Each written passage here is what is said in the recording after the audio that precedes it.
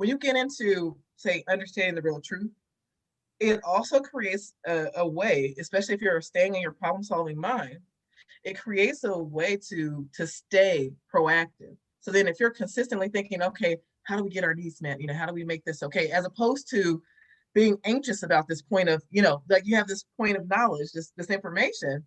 And a lot of times people will have the information and the information will make them anxious as opposed to moving them in a problem solving mode. So it's like, oh no, we're headed to, this event. Oh, they have such a hard time, sitting still or whatever, right?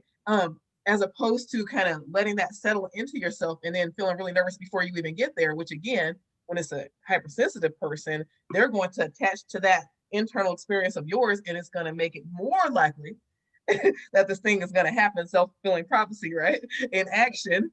But they more likely, instead of that, it's getting to that space where, okay, well, I know they have a hard time with this. Then how do we problem solve? How can I be proactive about this?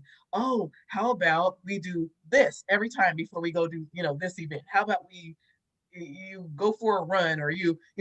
I actually did a Q&A with a parent a couple days ago, and she has a highly sensitive little girl, 4-year-old, who gets very anxious when there are new things to learn, which everything's new when you're 4, new things to learn in distance learning.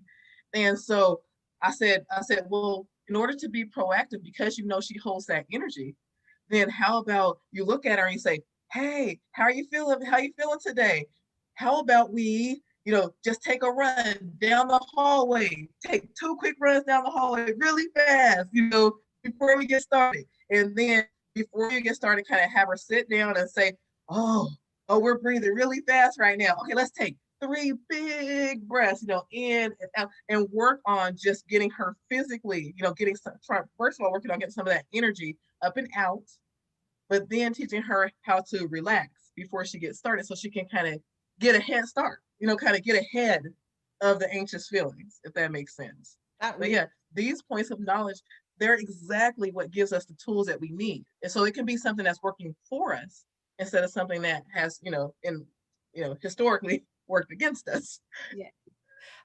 Carolyn's asked 2 questions.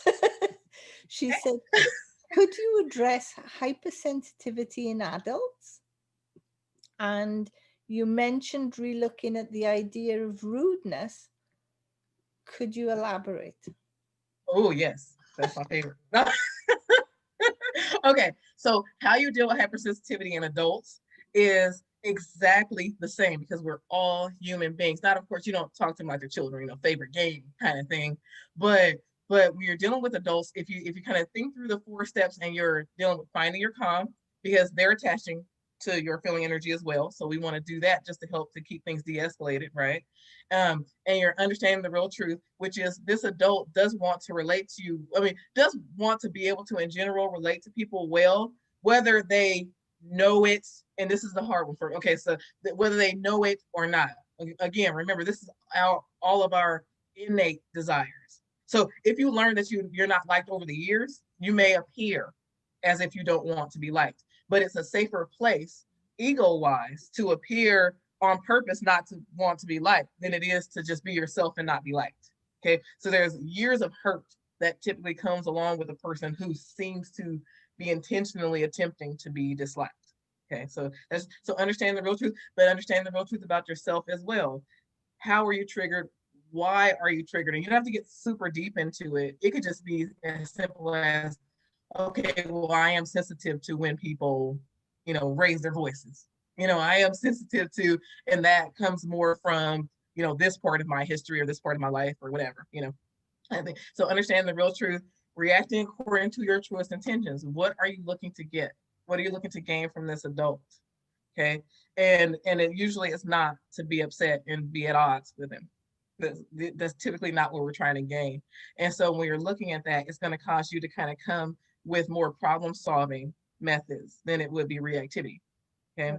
And then same 3 R's, but it works the same for people. This is about human connection. And when I do, and because it's just been my area of expertise to work with children, but when you work with children, we work with families, you have no choice but to work with the adults. So then I end up working with parents, couples, teachers, I end up working with everyone on these particular concepts to get things going. But I've also worked with employers, who have people on the job. I teach the same thing. It's just now we're in a different, kind of on different subject areas. Maybe it's not a video game, unless, some adults do like video games, but, but you're pretty much, we're all human. So we're dealing with kind of the same type of situation. I hope that answers the question. And the concept of rudeness, I think I addressed it just a little bit in what I said before.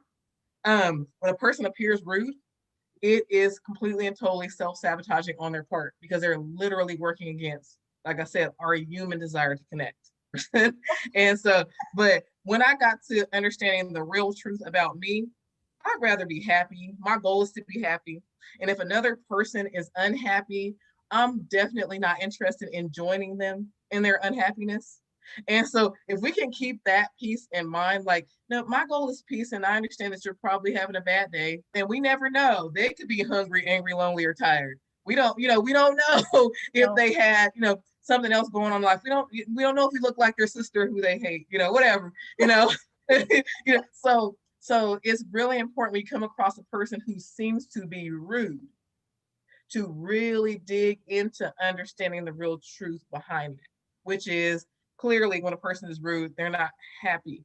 That's one, if you want a bottom line, if they're not happy people. And quite honestly, seriously, we can make things very simple by saying, oh, it's unfortunate, that you're so unhappy, that you would work against having other people really be able to engage with you. It doesn't mean that you have to hang around with them. It's just now you're dealing in the real truth. If it's someone that you do actually want to be around, then you share with them in a way that will cause them to become more conscious of what they're doing to themselves. So, because usually if you're, hopefully, you're healthy, if you want to be around a person, typically they want to be around you too. Like, and if you want to be around people that don't really want to be around you, then there's probably a little bit of a problem with that, unless they're like your children or something. And so it's because it's important for you to recognize who you are and how important and valuable you are. So if there are people missing out on that, that's kind of, their issue, not really yours, because now they miss out on the benefit of being around you. But that's a whole other subject. But when you're dealing with a person, again, who appears rude, then you have to, like I said, you have to just grasp a hold of that real truth, and it'll keep you in a great space, because again, we're not here to be mistreated. We're here to make sure that we understand who we are. First of all, we understand how we are to be treated, and we set the proper boundaries for other people so that they know how to treat us well and get their ultimate need met, which is to be able to continue to be in my presence. So then I don't have to be avoiding it. Then I'm sharing with you the truth, and I'm keeping you in a safe space, and I'm keeping you from sabotaging yourself. I hope that answered it. And if it didn't, just say clarification, please. Carolyn said, reacting to your true intentions. I love it. And yes. she said, to be honest, she's been called rude her whole life and now overcompensates. So it's a real biggie for her. Oh, okay. So I can say that I'm the same. I'm a pretty blunt talker. Like, I don't really tend to mix words. Never been good at that at all. I don't even try. And so sometimes I could come across as rude to people. I usually get you either love me or you hate me, kind of thing from people. You either get anything in between. For you, Carolyn, don't lose who you are. Just take a stock on whether or not you're being true to you. So if your response, reaction, behavior is against what you would truly want to see from yourself, like I said, when you first wake up in the morning, except if you're not saying, oh yes, I want to be yelling and upset and offended and in the morning, because that'll just make my day. If you find yourself reacting in those ways, then of course you want to do something about that. You want to make some shifts there for yourself. But if you're acting in love, you have peace about it, and you're sharing a truth with a person that will cause them to be able to better connect with you, then if a person thinks that's rude, it kind of becomes, and not in a rude way, but that's an issue that they have. They have a struggle with dealing in the real truth, and that doesn't come from the truth that you're giving to them. That's coming from their own issue with being able to deal in the truth. Yeah.